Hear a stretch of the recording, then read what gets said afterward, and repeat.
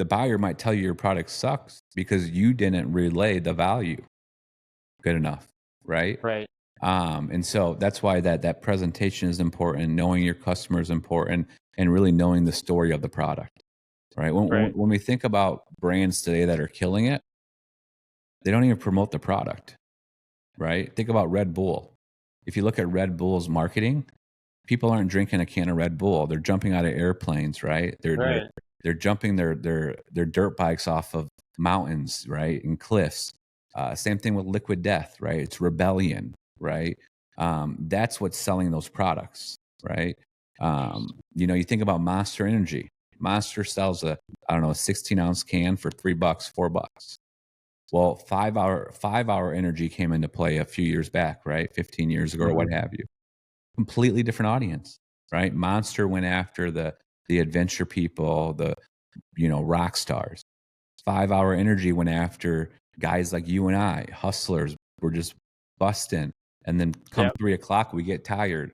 That was their Yep. story. That's their customer. They knew that very well, and Yeah. so it's important. That's what's very important when you're developing a product is understanding the entire model, not just like what this product does. Okay, it lights up, right? People don't care about that. It's like it lights up, so now you can fish at night, you can hike at night. Like that's what people get excited about, not Right. just lighting something up, right? Yeah. Yeah. No, that's funny. I never really thought about the marketing difference between 5 hour energy, but you're exactly right. Like I will take a 5 hour energy, but I don't think I've ever had a Monster. Yeah. It's kind of like a health conscious thing too. Like I'm not going to drink this big thing of sugar Yep. when I could, I'm only after the energy anyways. Well, what's crazy about that, Nate, if you think about it, right? Like, so Monster, a 16-ounce can, they're selling at $3. Now, Hmm. someone comes in the marketplace and not only comes in the marketplace, but completely dominates it, selling a 2-ounce beverage for the same cost, Right. right? So if Cheaper you're, packaging, cheaper product costs. yeah, so now if you're going to call a retailer and you're going to tell them, hey, I've got this energy drink, right? It's $3 retail. Your cost is $1.50. You're going to make a double margin. They're going to Right. be thinking to themselves, why the hell would anybody spend $3 or $4 on a 2-ounce shot when they can buy Monster and get a whole can, Hmm. right? Right. That you would fail at marketing that. But if they Hmm. know exactly who the customer is and the problem that you're solving, and that's that quick energy, and you're selling for blue collar people, all their Right. customers are blue collar people.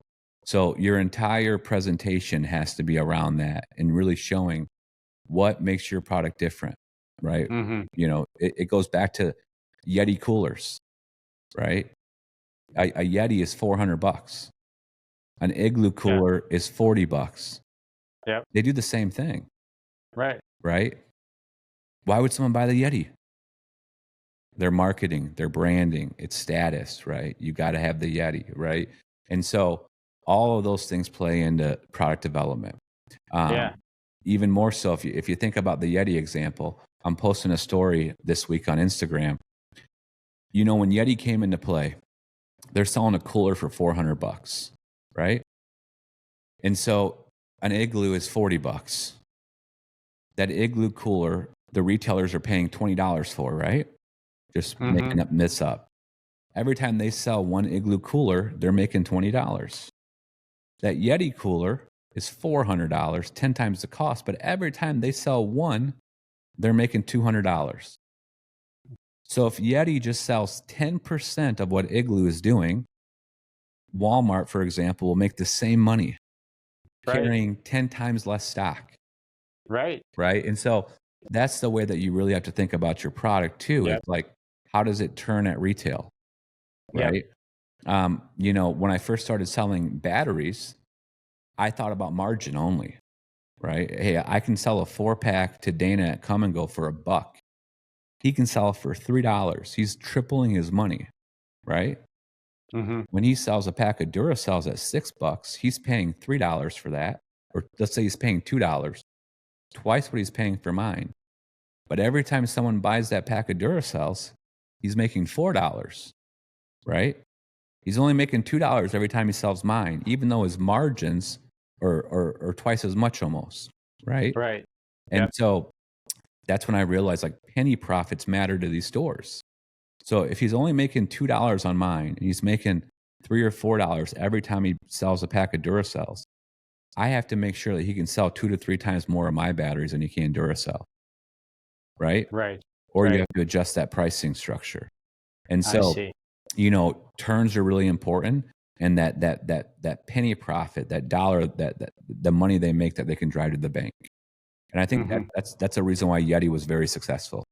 Because again, Yeah. one product you can sell and make $200. The other one you have Yeah. to sell 10 of them. Yeah. Yeah. The Yeti story is really interesting because they're obviously selling prestige and a premium feel, which makes sense once you've been in the market for a while and you've got the influencers using your product and stuff like that. But when you first come into the market and your product is 200% more expensive than the competitors, like, how do you do that? Yeah. You know? Yeah. So we call that innovation, right? And so why is that innovative, right? Well, they made a better mousetrap, right? It keeps your beverages cold for 4 days. Who the hell needs their beverages cold for 4 days anyhow? Nobody, Right. right?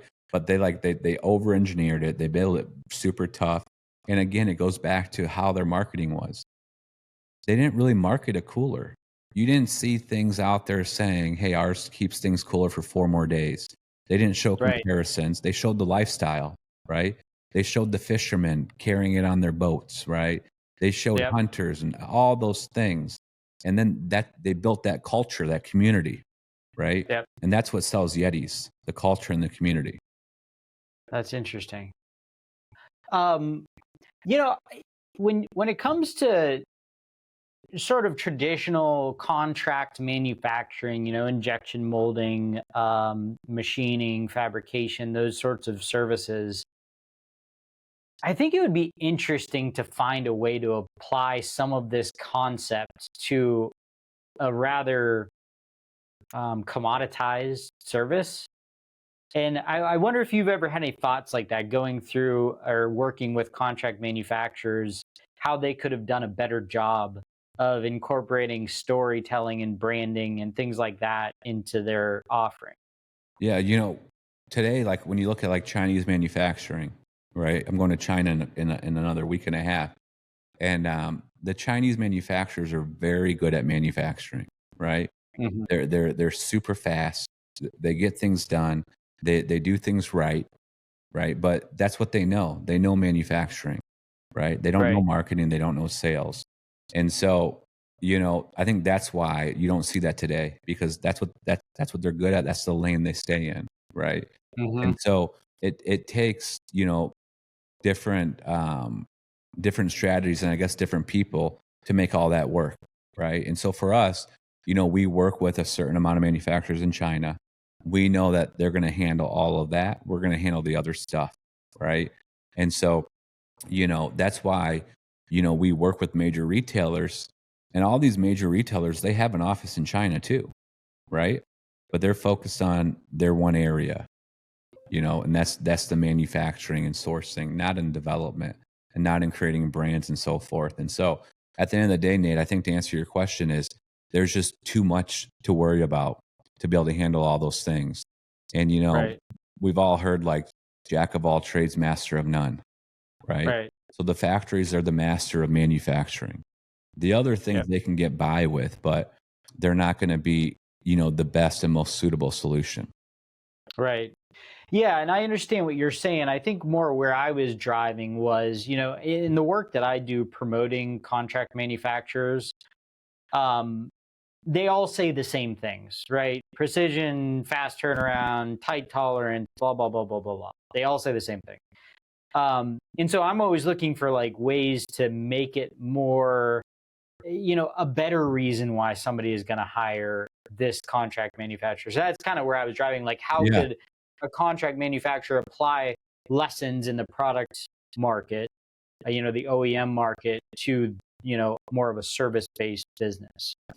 Yeah, I think it kind of comes down to what we're talking about now, like you said, no, the stories, right?